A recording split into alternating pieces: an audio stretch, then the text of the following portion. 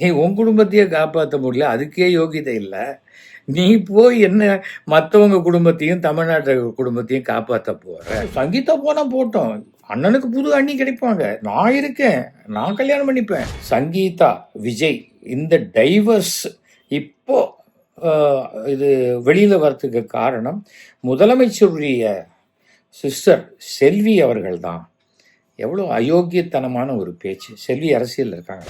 திமுக என்பது 7வது முறையாக ஜெயித்து 2வது முறையாக மாண்புமிகு தமிழக முதல்வர் மு.க.ஸ்டாலின் தமிழகத்தில் 2026 மேலே ஃபுல் மெஜாரிட்டியோட ஆட்சி அமைப்பார். நான் தான் தமிழகம், என்ன சொன்னால் தமிழகமே சொன்ன மாதிரி, என்ன திட்டினா தமிழகத்தையே திட்டின மாதிரி அப்படியெல்லாம் சொல்கிறாரு. அப்போ இவரை டைவர்ஸ் பண்ணால் தமிழகத்தையே டைவர்ஸ் பண்ண மாதிரியா? பூஸ்டர் சுகரை கண்ட்ரோல் பண்ணும், உங்க ஆரோக்கியத்தை மீட்டு தரும். சர்க்கரையை கட்டுப்படுத்துறதுக்கான எளிமையான வழிமுறை, இயற்கையான வழிமுறை அனைத்து மருந்து கடைகளிலும் கிடைக்கும். இப்போ ஒரு கடந்த 2-3 நாளைக்கு முன்னாடி தாவேகா தலைவர் நடிகர் விஜய் அவர்களுடைய மனைவி சங்கீதா விஜய் கிட்ட ஒரு டைவர்ஸ் வேணும்னு சொல்லி செங்கல்பட்டு கோர்ட்டில் ஒரு பெட்டிஷன் கொடுத்துருக்காங்க போல இருக்கு. பெட்டிஷன் கொடுத்துருக்காங்க. அந்த பெட்டிஷன் பத்திரிகையிலலாம் வந்துடுச்சு. என்னை கணவர் ரொம்ப கொடுமைப்படுத்துகிறாரு, அப்புறம் டொமஸ்டிக் வயலன்ஸு அடிக்கிறாரு, அது மாதிரிலாம் ஏதோ சொல்லியிருக்காங்கங்கிறாங்க. அது பர்சனலாக இது ஒரு கணவன் மனைவிக்குள் இருக்கக்கூடிய ஒரு பிரச்சனை. இதை பற்றி எல்லாரும் பப்ளிக்காக டிஸ்கஸ் பண்ண வேண்டிய அவசியம் இல்லை. ஆனால் அதே சமயம் பிரபலமானவர்கள் எந்த ஊருக்கு போகிறாங்க, அவங்க கல்யாணத்தையே 10 கோடிக்கு விற்கிறாங்க, 20 கோடிக்கு விற்கிறாங்க ஓடிடி பிளாட்ஃபார்மில், அப்படின்லாம் இருக்கக்கூடிய சூழ்நிலையில் ஏன் அதை வாங்குறாங்க? அதை பல பேர் பார்க்குறாங்க. இவ யாரை கல்யாணம் பண்ணிக்க போகிறாங்க, யாரை காதலிச்சு கைவிட்டாங்க? இது சினிமா பிரபலங்களுக்கே உண்டான அவர்கள் இழக்கக்கூடிய தனிப்பட்ட வாழ்க்கையினுடைய சுதந்திரம். அது பப்ளிக் ஆகிடுது, வேறு ஒன்றுமே பண்ண முடியலை. ஏனென்றால் இது இப்போன்னு இல்லை, தியாகராஜ பாகவதர் காலத்திலேருந்தே இருக்கக்கூடிய விஷயம். நம்மை விட 60 மடங்கு 70 மடங்கு பெரிய ஸ்க்ரீனில் பார்க்குற ஒருத்தர் எல்லாமே நமக்கு அவங்கள பற்றி தெரிஞ்சுக்கணுங்கிற ஒரு ஆர்வத்தினால் வரக்கூடிய ஒரு விஷயம். அப்படிப்பட்ட ஒரு சூழ்நிலையில் தான் இந்த டைவர்ஸ் கேஸ் வந்திருக்கு. அதை பற்றி என்னை கேட்டபோது அதை நான் பேசுறதுக்கு எனக்கு விருப்பம் இல்லை என்று நான் சொல்லிவிட்டேன். ஏன்னா ஒரு ஹஸ்பண்ட் அண்ட் ஒய்ஃபு அவங்களுக்குள்ள என்ன பிரச்சனைன்னு நமக்கு தெரியாது. அவங்க டைவர்ஸை பற்றி அவங்க 2 பேர் தான் டிஸ்கஸ் பண்ணணுமே தவிர அதை பற்றி 3வது ஒரு நபர் டிஸ்கஸ் பண்ணுறது நியாயமான விஷயம் கிடையாது. ஆனால் அதே சமயம் அவர்களை சேர்த்து வைக்கணும்னு நினைக்கும் போது சங்கீதாவுடைய அப்பா அம்மாவும் விஜயுடைய அப்பா அம்மாவும் அவங்களுக்கு அட்வைஸ் பண்ணி, வேணாம்ப்பா, என்னது வயசு வந்த பையன் இருக்கான், பொண்ணு இருக்கான், இந்த மாதிரி சமயத்தில் டைவர்ஸ் பண்ணால் பசங்களுடைய எதிர்காலம் என்ன ஆகும் யோசிச்சு பாருங்கள். இது விஜய்க்குன்னு இல்லை, யாராக இருந்தாலுமே டைவர்ஸ் பண்ணக்கூடிய யாராக இருந்தாலும் அந்த குடும்பத்தில் இருக்கிறவங்க ஒரு நல்ல எண்ணத்தில் சொல்லக்கூடிய ஒரு விஷயம்தான். அதையும் தாண்டி நாங்கள் இப்படி தான் மியூச்சுவலாக போகிறோம், நாங்கள் 2 பேருமே மியூச்சுவலாக போகிறோம் விட்டுருங்க அப்படின்னு சொல்லிட்டா 2 ஃபேமிலி வேறு என்ன பண்ண போகிறாங்க? யாரும் ஒன்றும் குழந்தை கிடையாது. கணவனுக்கு 50 வயசாகுது, மனைவிக்கு 40 வயசாகுது. அப்படிங்கும்போது யார் என்ன சொல்ல முடியும்? அதில் ஒன்றுமே சொல்ல முடியாது. ஆனால் அதை எடுத்து பேசுகிறாங்க, இதை அரசியலாக்கி பேசுகிறாங்க. அரசியலாக்கி பேசும்பொழுது மேக்சிமம் என்ன சொல்லலாம்? தமிழ்நாட்டில் இருக்கிற எல்லா குடும்பமும் என் குடும்பம், எல்லாரையும் நான் வாழ வைப்பேன், எல்லாரையும் நான் பார்த்துக்கிறேன் அப்படின்னு சொல்லக்கூடிய அரசியல் தலைவர் தன்னுடைய குடும்பத்தையே காப்பாற்ற முடியாமல் மனைவி விவாகரத்து கேட்குறாங்க. நீ உன் குடும்பத்தையே காப்பாற்ற முடியல, அதுக்கே யோகிதை இல்லை, நீ போய் என்ன மற்றவங்க குடும்பத்தையும் தமிழ்நாட்டு குடும்பத்தையும் காப்பாற்ற போகிற அப்படின்னு தான் பேசுவாங்க. 1000 சொன்னாலும் அது சங்கீதா போனால் போட்டோம், அண்ணனுக்கு புது அண்ணி கிடைப்பாங்க, நான் இருக்கேன், நான் கல்யாணம் பண்ணிப்பேன் அப்படின்னு பைத்தியம் மாதிரி எவ்வளவோ அறிவில்லாதவர்கள் உளரலாம். ஆச்சா, அதை உடனே அதுக்காக விஜய் நீ வரையாமா நீ வரையாமாலாம் கேட்க போகிறது கிடையாது. சும்மா தேவையில்லாமல் விஜய் மேலே சாணி எடுத்து அடிக்கிறது அவசியம் இல்லை. ஆனால் விஜய்க்கு மெச்சூரிட்டி இல்லாத ஒரு காரணத்தினால, தன்னுடைய வாழ்க்கையை சரியாக அமைத்து கொள்ளாத காரணத்தினால, அவர் வந்து தன்னை அனைத்து குடும்பத்திலும் இருக்கக்கூடிய ஒரு நபராகவும், அனைத்து குடும்பத்துக்கும் தானே வந்து எல்லாத்தையும் செய்கிறேன்னு சொல்ல ஒரு நபராகவும், குடும்பத்தில் இருக்கிறவங்க டிகிரி படிக்கணும்னு ஆசைப்படுறாரு. அவரே டிகிரி படிக்கலையாமே.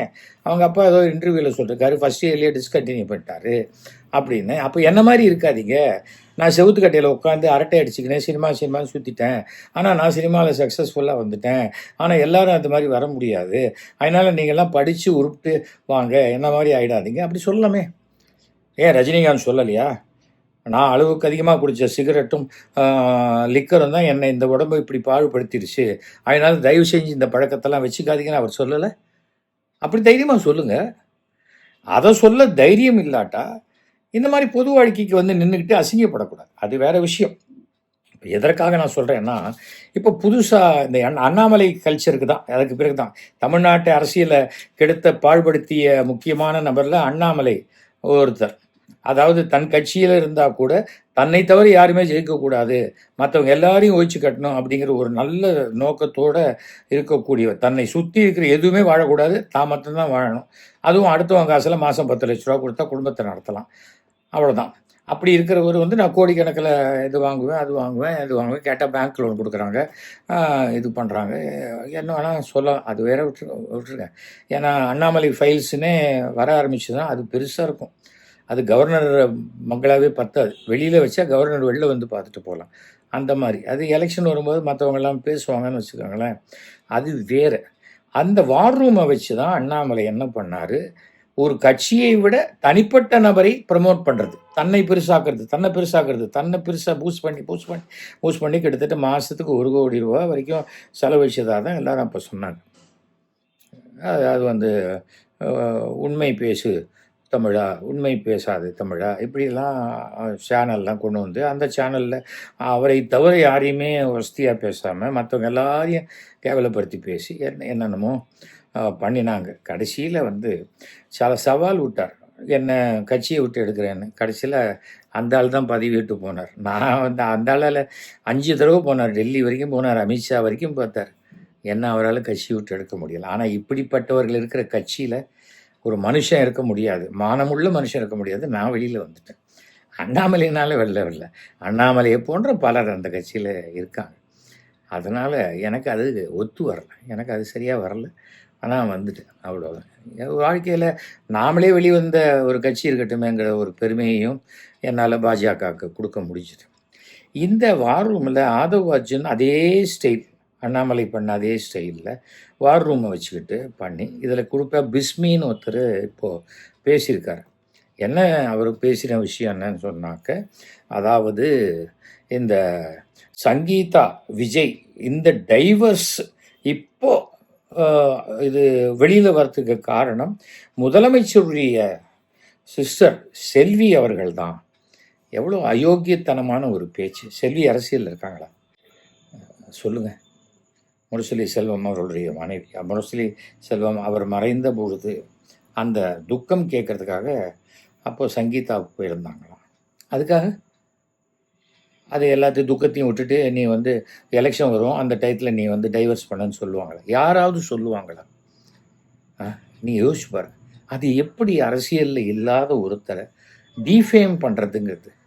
இப்போ நான் அந்த இப்போ செல்வி அக்கா அவங்க வந்து எல்லாரும் அவ்வளோ மரியாதையாக கூப்பிடுற அந்த குடும்பத்தில் அந்த செல்வி அவங்கெல்லாம் எல்லாரையும் எனக்கு ஒரு சில சொல்லுவாங்களாம் கிட்டத்தட்ட 40 வருஷமாக பழக்கம். அவ்வளோ டிசிப்ளின்டு வெல் பிஹேவ்டு ஃபேமிலி. அவங்க எதுக்கு சொல்ல போகிறாங்க? அவங்க சொல்லி அதனால் திமுக தான் இந்த டைவர்ஸை தூண்டி விட்டது. எவ்வளோ அசிங்கமாக இல்லை? காசு வாங்கிக்கங்க, காசுக்காக ஒருத்தர் பிரமாதமாக கூவுங்க. ஆனால் இன்னொருத்தர் மேலே சாணி அடிக்கிறதுங்கிறது எவ்வளோ தப்பான ஒரு விஷயம். அது என்ன மனோபாவம்? ஏதோ சினிமாவில் பண்ணிகிட்ருக்கீங்க, இந்த படம் நல்லா இல்லை, அந்த படம் நல்லா இல்லை, அவங்க இப்படி இவங்க இப்படி. அது சினிமா வந்து அது எது வந்தாலும் சரி நம்மளை பற்றி பேசுகிறாங்க, பப்ளிசிட்டின்னு போகிறவங்க நிறையா நடிகர்கள் இருக்கிறார்கள், இருந்துட்டு போகிறாங்க.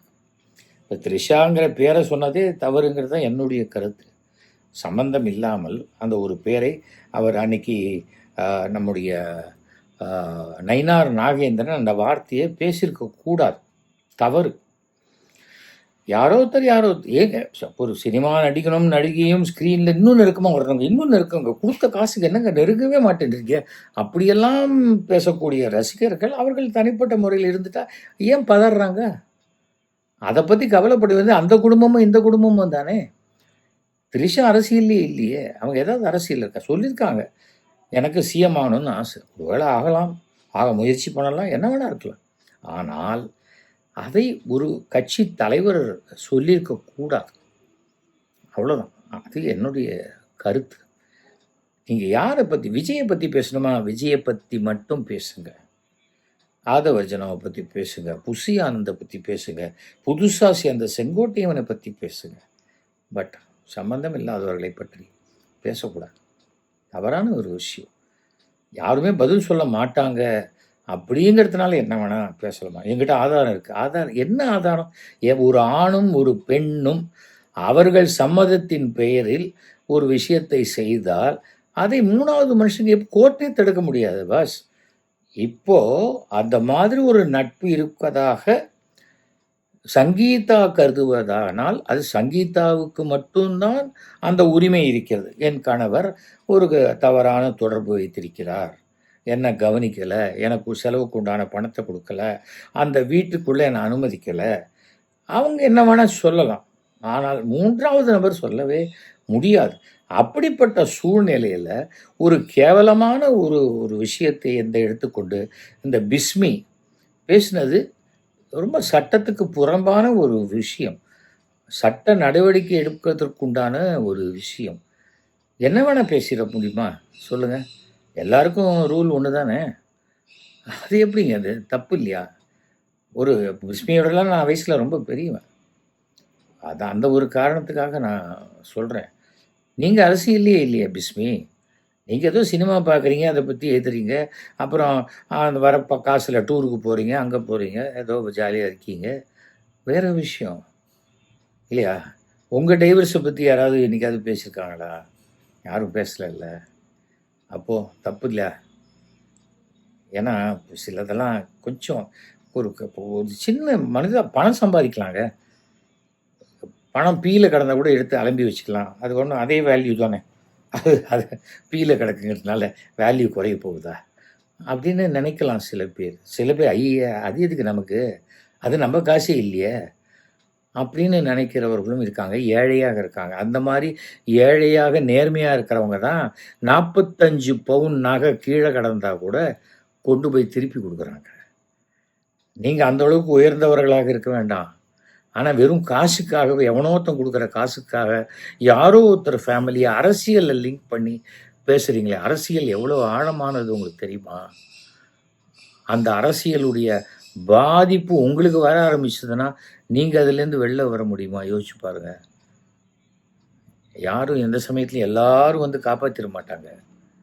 உங்களை விஜய் வந்து காப்பாற்றுவார் நினைக்கிறீங்களா? சொல்லுங்கள். விஜய் இன்னும் பதில் சொல்லியே. அப்படி சொல்லணும்னா விஜய் கோர்ட்டில் சொல்ல போகிறார். ஏங்க திமுக தூண்டி விட்டு பண்ணணும்னு சொன்னால் எதுக்காக டைவர்ஸ் போக சொல்லணும்? டைவர்ஸே போகாமல் அந்த கம்ப்ளைண்ட்டை பாக்கியே நேராக கமிஷனர் ஆஃபீஸில் கொண்டு கொடுத்துருந்தாக்க விஜயை சம்மன் பண்ணி பெண் போலீஸ் வீட்டுக்கு அங்கே வந்து கூப்பிட்டு போயிருப்பாங்க தெரியுமா? டொமஸ்டிக் வயலன்ஸில் அரெஸ்ட் பண்ணுற கேஸு 49 பேர் இறந்ததற்கே கரூரில் அப்படியே அந்த அம்மாவாக இருந்தால் அப்படியே தூக்கி உள்ளே வச்சுருப்பாங்க, நசுக்கியிருப்பாங்க, பிதுக்கி இருப்பாங்க அப்படின்லாம் ஜனங்க பேசினதெல்லாம் நீங்கள் கேட்டீங்கல்ல. ஆனால் ஸ்டாலின் அவர்கள் முதலமைச்சர் எவ்வளோ பெருந்தன்மையாக, அதெல்லாம் அரசியலில் யாரும் வேணும்ட்டா இது மாதிரி பண்ணுவாங்கன்ட்டு அவ்வளோ பெருந்தன்மையாக போனால் என்னுடைய நண்பர் என்னை பற்றி பேசுகிறாரு அப்படின்னு குழந்தைத்தனமாக பேசுகிறார். இவர் தான் தப்பே இல்லையா? எதுக்கு சிபிஐயில் 10 மணி நேரம் உட்காந்து வச்சு கேள்வி கேட்டாங்க, அப்புறம் 7 மணி நேரம் உட்காந்து வச்சு கேள்வி கேட்டாங்க விஜயை? தப்பே இல்லைன்னா தப்பு இல்லாதவங்கள சரி சார் ஓகே உங்களுக்கு கரெக்டாக இருக்குது சொல்லலாம்ல. எதுக்கு அத்தனை ட்ரோன் பறந்தது? யார் விட்டது ட்ரோனு? போலீஸாக விட்டாங்க. யோசிச்சு பார்க்கணும்ல. விஜய் தாமதமாக வந்ததனால் ஏற்பட்ட தள்ளுமுள்ளு நெரிசலினால் ஏற்பட்ட சம்பவம் இல்லையா?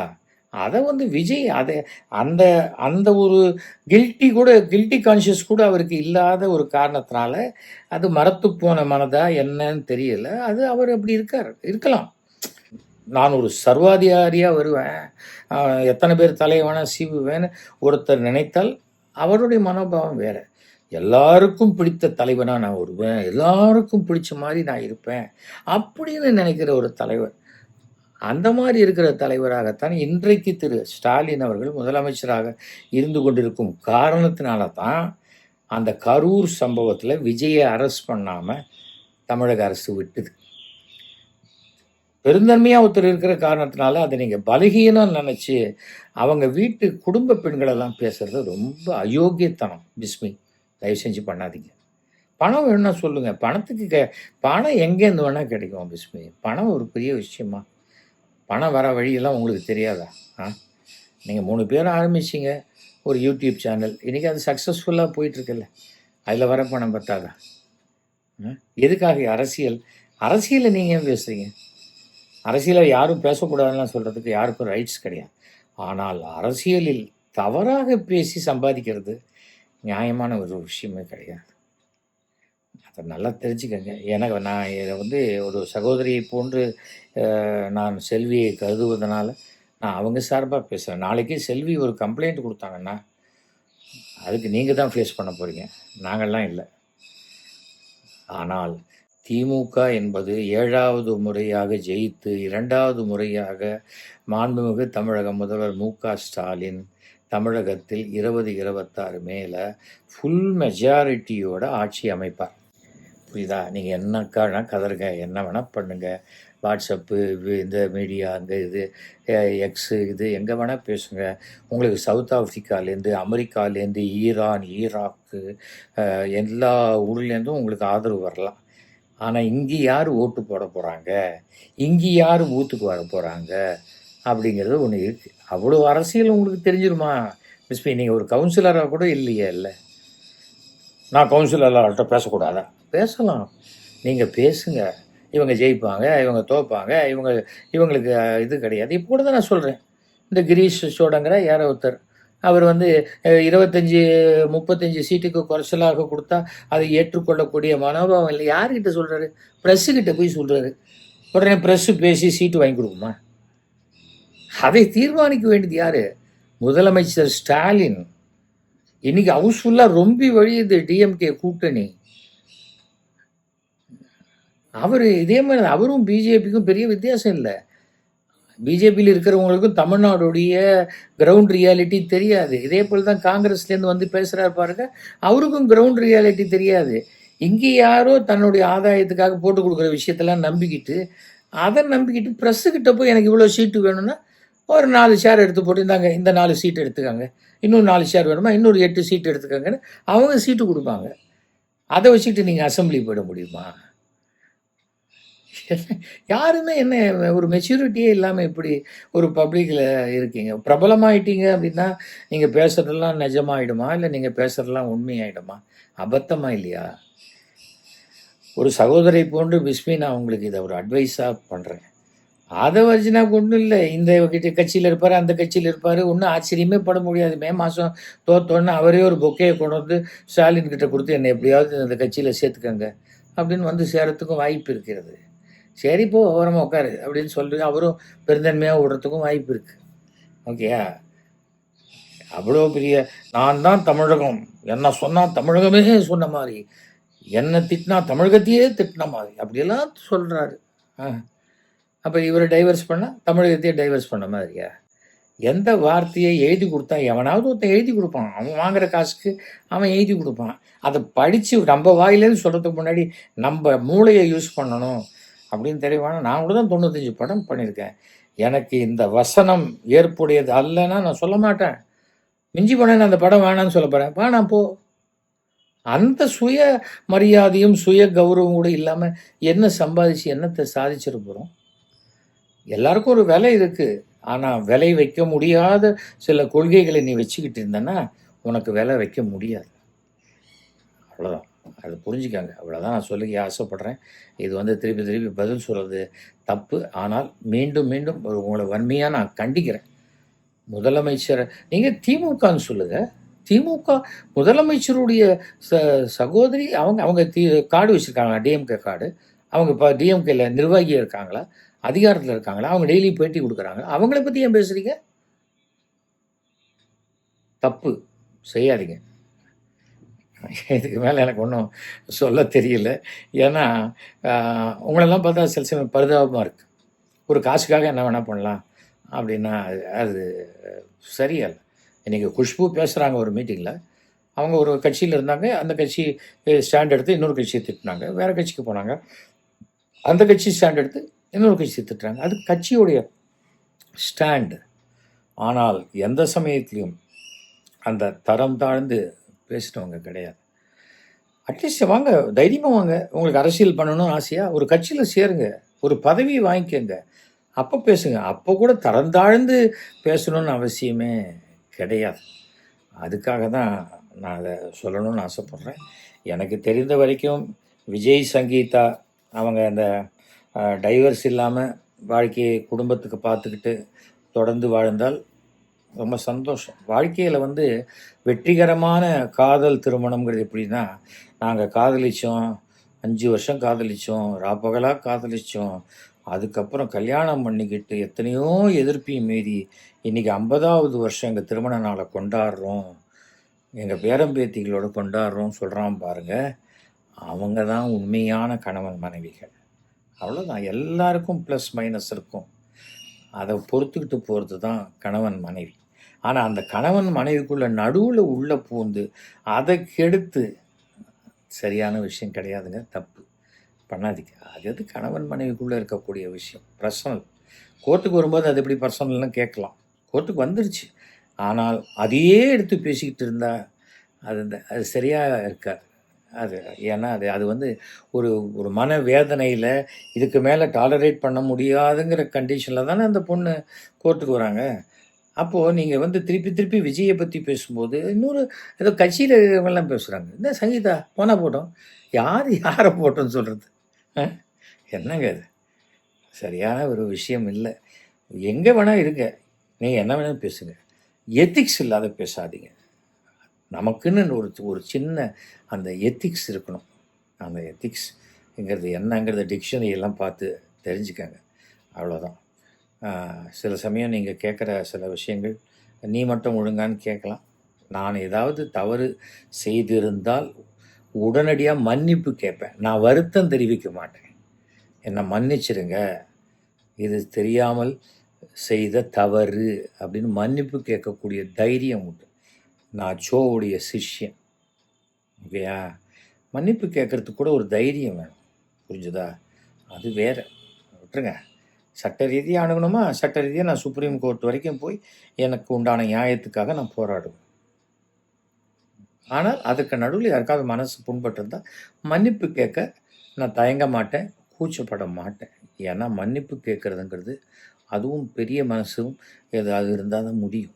தப்பு பண்ணிட்டோன்னு நினைக்கிறாங்க, என்ன மன்னிச்சிருங்க, என்ன இருக்குது? நம்ம குள்ளமாயிடுவோமா, சின்னதாகிடுவோமா? அதெல்லாம் ஒன்றுமே கிடையாது. வாழ்க்கைங்கிறது ரொம்ப பெரிய விஷயம். அதில் ஏன் வெற்றி பெறுறாங்க, ஏன் தோல்வி அடைகிறாங்கன்னா இந்த மாதிரி ஈகோ ப்ராப்ளத்தினால தான் தோல்வி அடைகிறாங்க. Okay, right. All the best பிஸ்பி. At least I hope you will understand my genuine points. Okay, அதை ஒரிஜினல் அவருக்கெல்லாம் நான் அட்வைஸ் பண்ண மாட்டேன். அவரெல்லாம் பெரிய ஆள். அவங்க எல்லாருமே இந்த மே மாதம் சுயநினைவுக்கு வந்துடுவாங்க. அது வரைக்கும் நம்ம ஒன்றும் சொல்ல மாட்டேன். அது வரைக்கும் அவங்களே விசில் அடித்து அவங்களே காதை பொத்திக்கிட்டு சந்தோஷமாக இருக்கட்டும். ஓகே, மீண்டும் சந்திப்போம். யாருக்காவது நான் சொன்னது ரைட்டு, ஜெனியூனாக பேசுனீங்கன்னு நினச்சி என்னை பாராட்டணும்னு நினச்சாக்க 9841023545 கூப்பிடுங்க. என்ன கருத்து பிடிக்கலன்னு வச்சுக்காங்களேன், டயல் பண்ணிவிட்டு கட் பண்ணிவிட்டு கம்முன்னு போய் தூங்கிடுங்க. ஓகே, நன்றி, வணக்கம்.